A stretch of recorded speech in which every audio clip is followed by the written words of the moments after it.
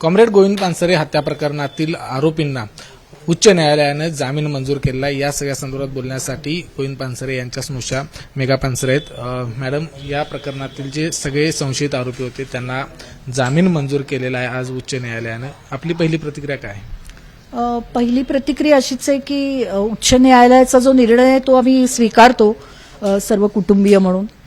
परंतु ज्यावेळी ही प्रक्रिया चालू होती उच्च न्यायालयामध्ये तेव्हा आम्ही कुटुंबाच्या वतीने इंटरव्हेन्शन केलं होतं। आमच्या वतीने वकिलांनी मांडणी केली होती आणि त्यांनी अशी आमची एक भीती, आमची भावना, भूमिका अशी मांडली होती की याचे परिणाम होऊ शकतात, साक्षीदारांवर दबाव येऊ शकतो।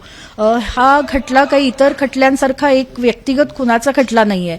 याचे अनेक पदर आहेत, राजकीय पदर आहेत, सामाजिक आहेत, काही संघटना ह्याच्यामध्ये इन्व्हॉल्ड आहेत, सनातन संस्थेसारख्या त्यांचे हे लोक आहेत आणि त्यामुळं त्या अशा घटनांमध्ये जेव्हा आरोपी जामिनावर सुटून बाहेर होतात तेव्हा खरंच अशी भावना असते की त्याचा परिणाम केसवर होऊ शकतो आणि हे आम्ही उच्च न्यायालयाच्या निदर्शनामध्ये आणून दिलं होतं।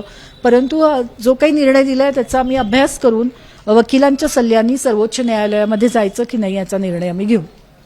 या सगळ्या प्रकरणातील आपण बघितलं तर आयओ हे अनेक आयओ होऊन गेले, मात्र त्यांना ते पुरावे सिद्ध आहेत ते करता आले नाहीत, म्हणून कुठेतरी हा आताचा निर्णय आला असं म्हणायचं। आरोपी सापडलेले नाही आहेत हे तर अपयशच आहे सर्वच तपास यंत्रणांचं।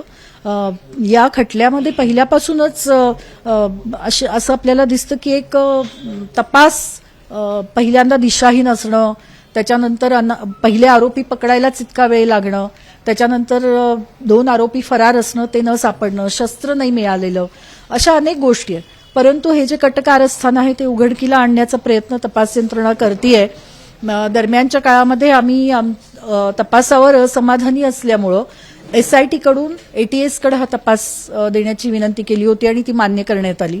त्याप्रमाणे ATS आता तपास करत आहे आणि माननीय उच्च न्यायालयानेच अलीकडे असं सांगितलेलं आहे की जिल्हा सत्र न्यायालयाने नियमितपणे सुनावणी घेऊन हा खटला लवकरात लवकर एका लॉजिकल एंडपर्यंत आणावा असं भूमिका घेतली होती।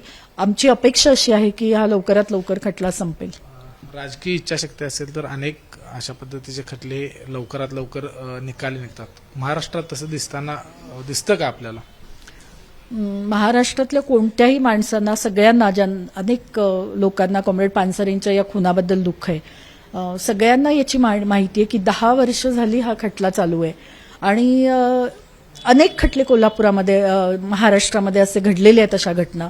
परंतु इच्छाशक्ती असेल राजकीय तर खरंच मार्ग निघतो आणि या घटना उघडकीस येतात आणि सर्व आरोपी मिळतात।